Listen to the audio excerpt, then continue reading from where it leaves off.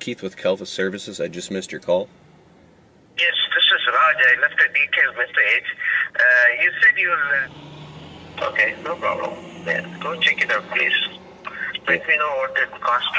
Then press pound. To replay this message, press 1. Message marked for deletion. Saved message.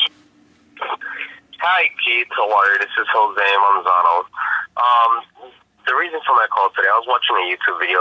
I currently own a window... Message marked for deletion. Nothing against you. For deletion. Just... Message marked for deletion. Message marked for deletion. Message marked for deletion. Marked for deletion. Message marked for I can walk and do this. I usually walk and do it at the same time. Saved message. Message marked for deletion. Message marked. And I usually don't eat pizza, but I'm starving. And I'm running. Plus, gotta use the bathroom. Message marked for deletion. Message marked for deletion. Oh, cute little tiny piece of pizza with garlic on it. I gotta fly to this quote. Customer's like, where are you at? And I'll show you how I save a customer's number. Trucks are breaking down and I lost track of everything. But we managed to get one tree job done. Great. Oh, great. So I might as well just drop off that one, pick up that one, and drop off this one. It's just like free money giveaway day. We'll just give it all away. Just give it away.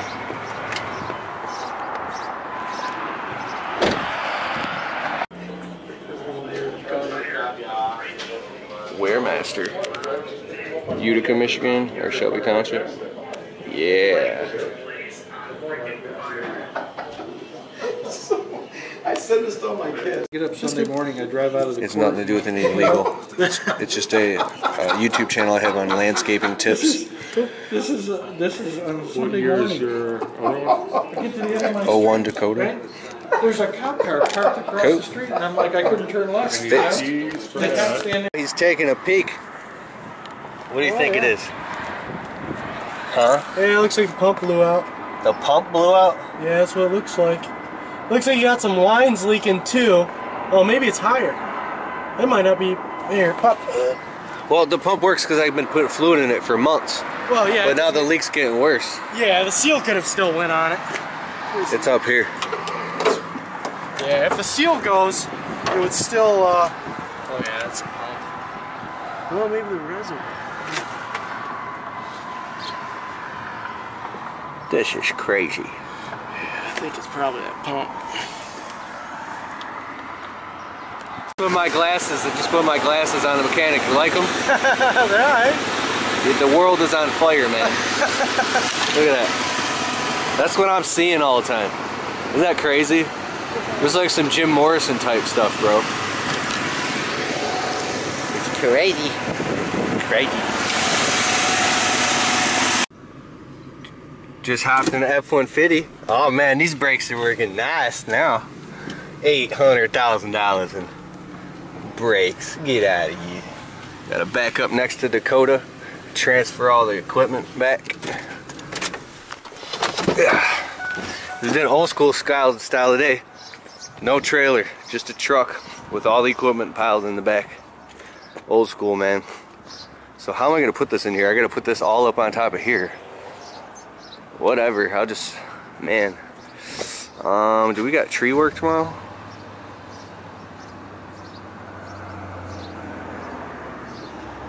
Damn. I'll figure it out. I'm overanalyzing. I just need to throw the stuff in there.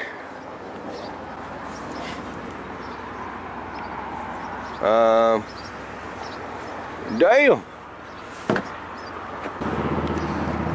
Alright, gotta run. Hey, what's up, Keith Kelvis? Hey, check this out. Bear with me real quick. I want to tell you a story and I'm going to make it up as I go. Imagine if you heard screaming coming from a guy in a field. And you heard them screaming and yelling and hollering and going through rage and insanity. So you walk over to him and you go, "What are you doing?" And the guy is digging a hole, or trying to dig a hole with a shovel, except for he's getting no progress done because he's holding the shovel upside down. He's got no gloves on. He's got blisters all over his hands. His hands are bleeding. He's got splinters in his hands. And he's dripping in sweat, trying to dig a hole with the handle of the shovel. So he's stabbing it in the dirt and pulling up these little tiny like spoonfuls and getting nowhere. And the guy's going insane, screaming. And you go, bro, what are you doing? He's like, I'm trying to dig a hole with the shovel and it's not working. I'm trying as hard as I can. I've put in, let's just say he said he's put in all the research. He's prayed, he's screamed, he's cried, he's done everything he can, and he keeps pulling the work harder lever. And no matter how hard he tries and how long he sticks in there, it's not working. But you can see that he's digging with the wrong end of the shovel.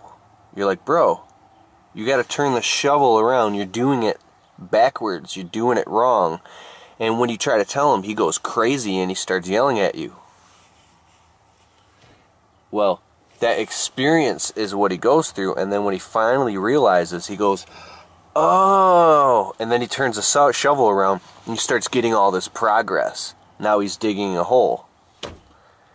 See, you have to go through stuff like that in life to yourself. You got to be in the fishbowl going through this hell, this experience, this chaos. It's kind of like a guy walks up to a guy who's mopping the floor as fast as he can, and there's a flood, and he's frantically mopping the floor, but 10 feet away from him there's a sink that's plugged, and the water, the faucet is on full blast, the sink is overflowing, and there's water going all over the place, and you say, turn off the faucet, and the guy goes, are you kidding me? I'm too busy mopping up all this frickin' water. Turn off the faucet. Are you kidding me? I'm too busy mopping up all this water to turn off the faucet. It's crazy. It's like you're treading water in the ocean and you're swimming for your life and the waves are splashing on you and you're suffocating and you're drowning to death, and then a boat comes along and it tries to throw you over a life preserver down to you. Hey, take the life preserver, we're going to pull you up into the safe ship. And he goes, are you kidding me? I'm drowning to death. I ain't got time for that life preserver. Well, I'm not saying that, I have a life preserver for you or a shovel. And I'm not saying that, turn off the faucet. But I am saying that I almost know for a fact that that's how life is, that's how business is. That we are obsessed with our own story. We are addicted to our struggle. We're addicted to the story we tell ourselves and the suffering that we're in of maybe being broke or trying to get the phone to ring or trying to get jobs and dealing with that we don't see what's really going on. No matter how hard we try, we could try as hard as we want to see it even clearer, but a fish inside of a fishbowl can try as hard as he wants to see the fishbowl. The fish, but he still can't see it no matter how hard he tries. The fish can go insane until it dies and it won't see. How do you get outside of the fishbowl and see it for what it is and go, this is how it gets done. I'm going to tell you how.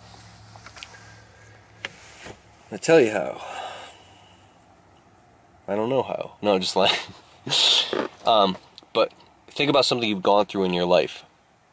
I'll start out with the 3 stages of enlightenment. The first stage of enlightenment is you look at a hell you went through years down the road, you look back at it, you go, now I see why that happened. Now you get all the benefit. You reap all the benefit, but you went through the stuff. You went through that hell, and now you get to reap all the benefit because you understand why you went through it, and you reap the benefit. Okay. The second stage of enlightenment.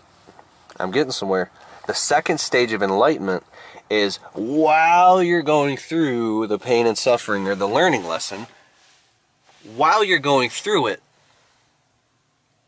you reap all the benefit and you understand, you see while you're going through it. You can see the lessons you're learning. You can feel the lessons you're learning.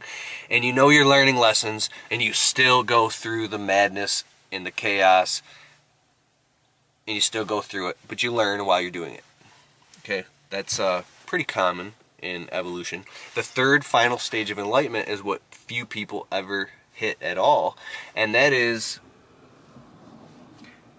you come up against a life problem, a challenge, something that's like overbearing. There's no way you can get this done, or no way you can deal with this situation. Maybe it be you, your business, or life, or someone else, some obstacle. Instead, you literally go around it. You quantum leap past it, or quantum leap through it, like whoosh, in real time, in the moment, and you reap all the benefit right then and there, and then you choose and execute what you want or what you don't want. You learn right then and there, and you don't even have to go through that stuff. That's an awareness that's very astute that you can't get. It has to be maybe earned through wisdom or through meditation or calmness or stillness, and it's there. So to divorce yourself from the chaos of the moment, to divorce yourself from the chaos of the moment and see it like a fishbowl so you can see what needs to be done and go back in and execute. I myself struggle with this like crazy. Like this morning, all my trucks broke down. Both trucks broke down at the same time. 7 landscape jobs canceled in a row. And then I just picked up my truck that got fixed. It was in the shop all day. And on the way to pick up the truck, then the power steering pump went on my other truck, and I'm behind on landscape jobs. It's like, see how I'm getting, as soon as I start talking about it, the emotions start going. Does that happen to you? So the more you do it, is the better and better you get it. The phone's ringing again. I'll just get to the point. There's a story. Week 1, there's a story. I'll just modify it. You're walking down the street. There's a hole in the middle of the street. You fall in the hole. It takes you a very long time to get out.